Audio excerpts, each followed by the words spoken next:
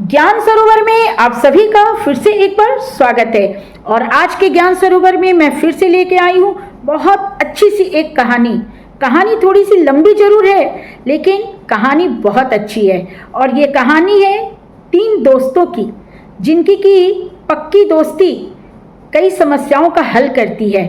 तो आज की कहानी आपको बहुत अच्छी लगेगी और कहानी में शिक्षा हमेशा की तरह तो छिपी हुई है ही। तो चलिए पहले मैं कहानी सुनाती हूँ, बाद में शिक्षा क्या छुपी हुई है सो देखेंगे। एक गांव में अजय, विजय और संजय नाम के 3 दोस्त रहते थे। गांव वाले तीनों की दोस्ती से हमेशा जला करते थे। तीनों का एक साथ घूमना फिरना गांव वालों का अब सरदर्द बन चुका था। एक रोज अजय अपने दोस्त विजय और संजय से बोला, दोस्त, हमारा गांव में अब रहना ठीक नहीं। गांव वाले हमारी दोस्ती को दुश्मनी में बदलने पर तुले हुए हैं। क्यों ना हम गांव छोड़कर शहर चल दे, वहां हम तीनों कमाएंगे। तीनों इस बात पर राजी हो गए। एक रोज तीनों दोस्त शहर की ओर चल पड़े। अजय को गहने बनाना आता था, विजय को काठ के खिलौने बनाना आता था और संजय व्यापारी का लड़का था, इसलिए उसे सामान बेचने खूब आता था। तीनों दोस्त दिन भर चलने के बाद एक जंगल में पहुंचे। रात होने वाली थी।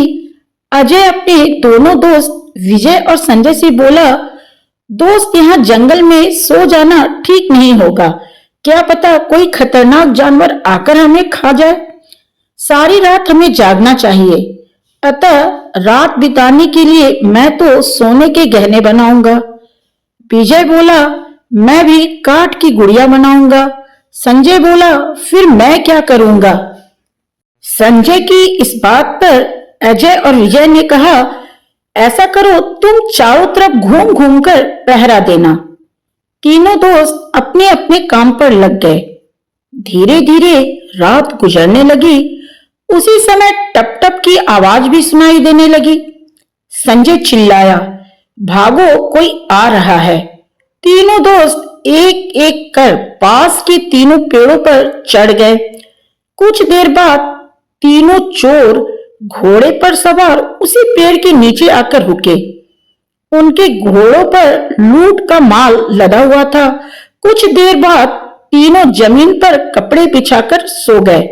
संजय बोला, दोस्त, अब देखते क्या हो, हम तीनों घोड़ों पर सवार होकर यहाँ से भाग चलते हैं, वरना ये हमें देख लेंगे तो मार ही डालेंगे। तीनों दोस्त घोड़ों पर सवार होकर रातों रात जंगल से भाग निकले। सुबह होते ही तीनों एक गांव में पहुंचे। गांव में चारों तरफ चोरी की चर्चा हो रही थी। एक जगह भीड़ को देखकर संजय बोला, आओ हम भी वहीं चले, पता लगाएंगे कि सही बात क्या है। तीनों दोस्त भीड़ के करीब पहुंचकर बोले, भाई, यहाँ भीड़ कैसी है। एक बूढ़ा किसान करीब आकर रोते हुए बोला, बेटे, रात मेरे घर में चोरी हो गई। चोर सारा सामान उठाकर ले गए हैं। हाय, मैं तो लुट गया, कहकर किसान फिर रोने लगा।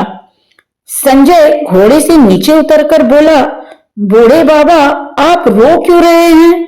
हम तीनों दोस्तों के घोड़े पर जो बोरियां लदी है वो चोरों की ही तो है।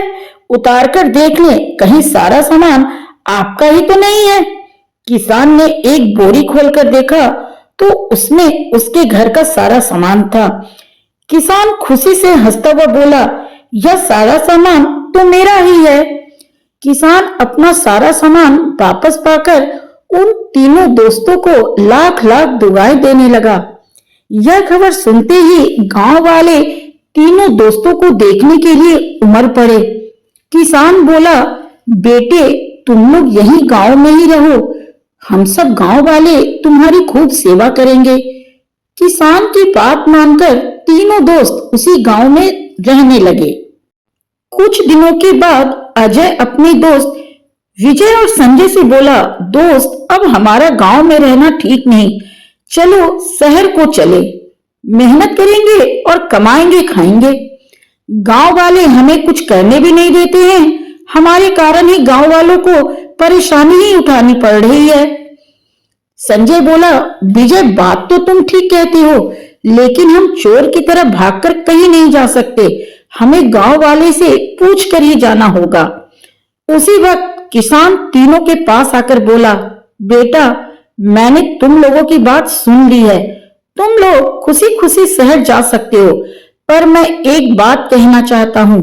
मेरी 3 बेटियां हैं, उन्हें भी अपने साथ लेते जाओ, मेरे सर से एक बोझ उतर जाएगा।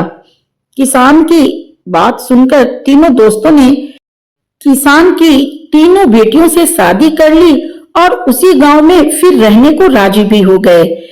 किसान के गांव में जितने भी खेत थे उन सबको तीनों दोस्त जोतने बोने लगे। एक रोज किसान अपनी तीनों बेटियों और दामादों को पास बुलाकर कहने लगा, बेटे मैंने अपनी सारी धन दौलत तुम तीनों के नाम बराबर बराबर लिख दी है, ताकि मेरे मरने के बाद आपस में झंझट की बात न सामने आ जाए। किसान ने धोती में बंधे तीनों कागज खोलकर अपनी तीनों बेटियों को दे दिया।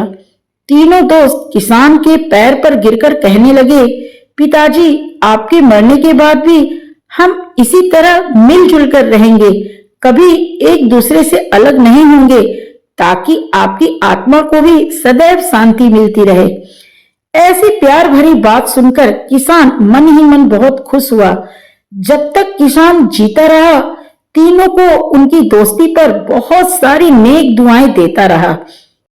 तो कहानी यहीं पे खत्म हो गई और इस कहानी से जो हमें शिक्षा मिली वो ये कि सच्चे दोस्त और उनकी दोस्ती से ही जीवन सफल होते हैं। झगड़े और दुश्मनी से कभी किसी का हित नहीं होता है, इसलिए हमें दोस्ती के रिश्ते को पूरी निष्ठा के साथ निभाना चाहिए। तो चलिए अपनी बातें और ये कहानी यहीं पे समाप्त करती हूँ, इस वादे के साथ कि अगली बार मैं फिर आऊंगी किसी प्रेरणात्मक प्रसंग अथवा कथा के साथ। तब तक के लिए जय हिंद, जय भारत।